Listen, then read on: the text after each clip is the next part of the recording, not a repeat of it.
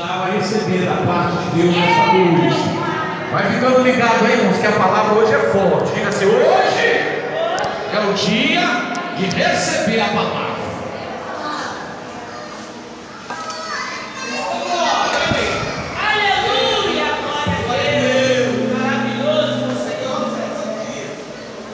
Amém, irmão, graças a Deus.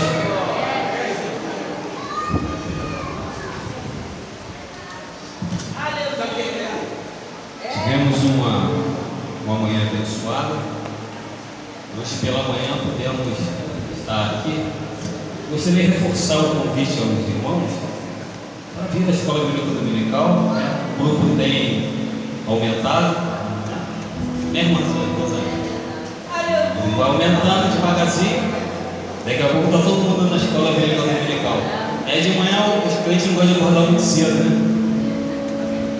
Aproveita que está em casa para descansar, repousar da semana cansativa que a gente tem. E em tempo também, amado, eu queria também fazer uma menção do problema que a gente está passando aí relacionado ao sul, né, do Brasil. Hoje parei para dar uma olhada nas imagens, está uma coisa complicada mesmo, situação de calamidade pública. E eu vendo uma cena que dói o coração.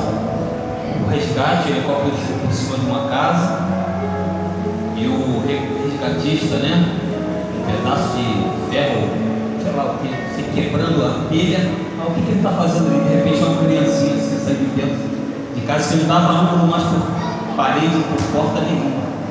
Ou seja, ela foi subindo e você está ilhado. Quando você tem um certo controle, você vai para uma casa, alguma bairro vizinho, mas como começa sobe tudo.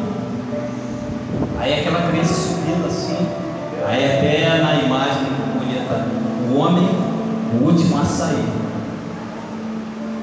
Por isso que o mundo, esse sistema que é criado para destruir o homem, né, da casa, o patriarcado, é para tirar esses valores. Porque não é questão de ser maior ou melhor, ou menor, mas é a missão que foi destinada pela criação. Então ele tem que dar, se possível, a vida, né, pelos seus.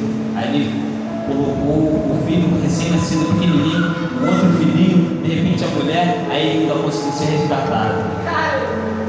E outras quantas famílias inteiras que nem sabem notícia, porque foi levando tudo, lama com terra, você não tem uma noção de nada. O que é quarteirão, o que era a rua, o que não era, uma coisa assim horrível. Então os amados aí, então na semana devem correr mais essa notícia.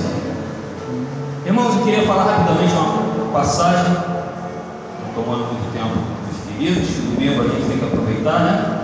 E toda oportunidade que nos é dada, a gente tem que falar alguma coisa de Deus para edificar a vida dos irmãos, como edifica a nossa. Abra suas Bíblias em Lucas. Lucas, médico, né? Tão conhecido, um dos discípulos.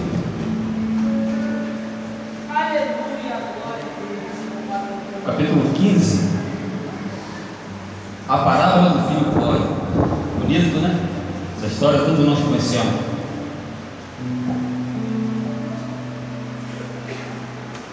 Versículo 11 em diante, que diz o seguinte: certo homem tinha 2 filhos.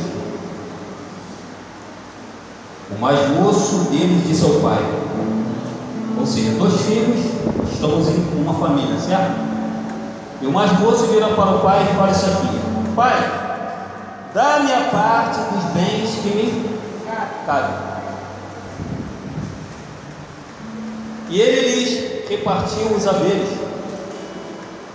Por certo, ele deve ter ficado pensativo, né? O filho chegando para o pai, ele está vivo ainda. Geralmente o filho recebe do pai uma herança. Herança é uma coisa herdada póstuma, ou seja, depois que a pessoa se vai. Mas de repente o filho chega à sua porta, à sua casa, diante de você e fala assim: ó, pai, me dá a parte que me cabe. Qual seria a sua reação? Já parou para pensar nisso? A gente olha as circunstâncias da vida, uma coisa tão distante, e a gente não pensa isso acontecendo conosco, porque a gente é materialista. Só quem tem grana, quem é muito famoso, quem tem muita riqueza, quem tem muita fama, que passa por isso. Não, mas são as mínimas coisas. O exemplo da vida, ela se faz presente. E ele chega: pai, dá-me a parte que me cabe. Qual seria a sua reação? Se um filho seu, se uma filha sua chega para você e coloca essa questão diante da sua vida. Versículo 13. Passados não muitos dias, o filho mais moço, ajuntando tudo que era seu, o que ele fez? Partiu. Pai, dá-me a parte que me cabe. Ele tem direito? Tem, não tem? Senão ele estaria pedindo. Ele é filho? Então ele pede, solicitou. Quer dizer que ele vai receber? Sim ou não? Porque o pai está vivo. Ah, já, mas ele é filho, ele tem direito. Mas o pai ainda tem a autoridade sobre a vida do filho, de falar sim ou não. E você recebe as coisas na vida, na sua vida, o que você faz prontamente? Fica numa afirmação, numa negação de imediato. Você não para muitas das vezes para refletir. Pai, dá a parte que me cabe. O pai olhou para ele. Imagine esse olhar, como é que deve ter sido, de desespero, ou então mesmo de conforto, né? Que ele pôde ter passado a mesma experiência. Versículo 14. Depois de ter consumido, ajuntando tudo que era de seu pai, partiu para uma terra distante. Lá dissipou tudo dos seus bens, vivendo dissolutamente. Aí versículo 14. Depois de ter consumido tudo, sobreveio àquele país uma grande fome, e ele começou a passar necessidade. Alguém estava esperando essa chuva lá no sul? Não foi um bairro, não foi uma cidade, é o estado todo, está alagado. Você espera por uma circunstância dessa na sua vida? Você tem controle sobre o que vem sobre a sua vida? Tem um ditado popular que diz que o que a gente planta, a gente colhe. Esse é a lei da semeadura, tem um princípio cristão sobre isso. Só que quando você olha na perspectiva do controle seu da sua vida, você acha que está tudo sobre o seu domínio. De repente vem alguém na sua porta e bate. Pai! Alguém está solicitando alguma coisa a você. Quando solicita alguma coisa a você, é porque você tem autoridade de afirmar ou de negar, de conceder ou então reter. Só que você está vendo aquela pessoa ali que não tem experiência. Você é um pai, você é uma mãe, você tem vivência. Você sabe que muitas das vezes aquilo que ele está pedindo, você já passou. Mas adianta falar para o filho, para ele não ir, que ele não vai dar, que ele não vai receber? O que o pai fez? A passagem falando aqui para a gente. A passagem fala que o pai, em dificuldade, ficou questionando: meu filho, não vá, porque é mau, é ruim, é problemático. Irmão, tem coisas na nossa vida que é assim, e Deus não vai livrar você de tiver que passar. Hoje a gente fala de Davi como rei conhecido de Israel, esse cara que marcou gerações. Até hoje, em 2024, a gente está falando dele.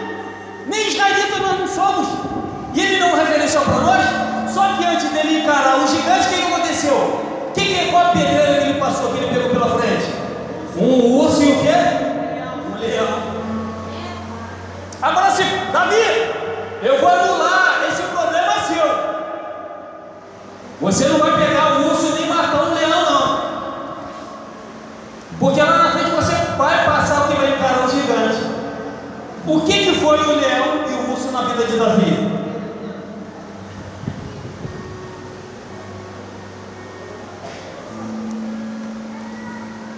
Então, versículo 15: então ele foi e se agregou a um dos cidadãos daquela terra. Ou seja, você corre para quem está mais perto. Você foi, levou sua herança. De repente veio uma coisa que você não tinha controle, e aquilo bateu na sua porta, e aquilo não tem mais para toma aqui. E eu estou precisando, estou desapegado, estou precisando daquilo. E aí dinheiro vai indo, dinheiro vai indo, dinheiro vai indo. Daqui a pouco aquilo acaba. Daqui a pouco aquilo sucumbe na sua vida. E aquilo que era herança sua passa a não ser mais. Porque o que tem valor na sua vida? Aquela casa grande, bonita, aquela mansão, a água subiu, sucumbindo. Sobrou o quê? Sobrou a única coisa, que o cara chegar em cima do quarto e ferro quebrar. Qual o propósito que tem seguido a sua vida? Você luta pelo quê? Pelo bom emprego, pelo bom carro, pela boa casa. Meu Deus, isso tudo vai embora. A água levando assim, ó, carros e mais carros na rua, um em cima do outro, cheio de lama. Isso tem que ter aplicação prática na nossa vida. A gente corre atrás do vento. Tudo é o quê? Vaidade. O que Salomão falou? Olha, eu fui do mais simples atuei no maior recurso. Tanto é que a própria Bíblia fala que entre os homens Salomão foi o que? Um dos mais sábios que teve. E ainda assim, quem foi concluído no final da vida dele? Que tudo era vaidade. Até no conhecimento, na informação, na ostentação dos cursos. Eu vou saber muito, eu vou ter, sobrepujar em todos, eu vou ser o maioral, eu vou ser a maioral.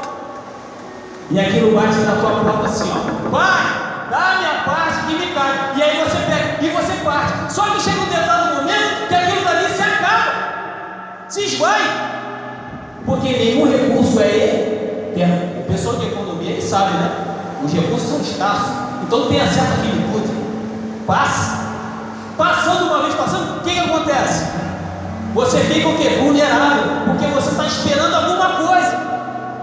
Aí eu recorro a Deus, aí eu vou por oração, por jejum, por conhecido, por amigo, que possa me ajudar com uma palavra.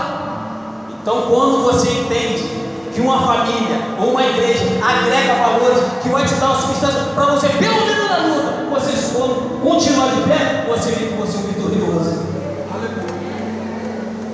Davi falou assim: Golias chegou assim, desafiou um exército. Não foi um cara, não foi uma tropa, não, foi um exército. Por acaso, em Israel não tem homem. Ele falou lá de frente do batalhão, aquele cara grande, forjado no calor da guerra. De repente, Davi pequenininho, cuidando de ovelha, falou: esse grandão aí tá pra mim. Que isso, Davi? Você é pastor de ovelha, está no campo, tem experiência dentro de combate. Não, vou dar para mim.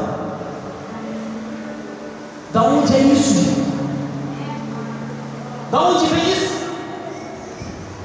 E nós muitas vezes, quando chegamos, batemos: Pai, dá a minha parte que me cabe. E eu fico desesperado, porque eu estou vendo uma coisa: eu vou pegar essa grana, eu vou pegar essa herança aqui pomposa e vou fazer acontecer. De repente você está lá no caminho e tudo sucumbe.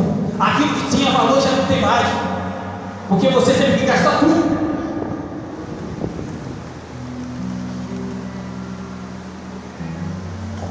Versículo 17, para finalizar, irmãos. Então caindo em si, olha só que bonito. Então caindo em si, o que é isso? Reflexão, autoanálise.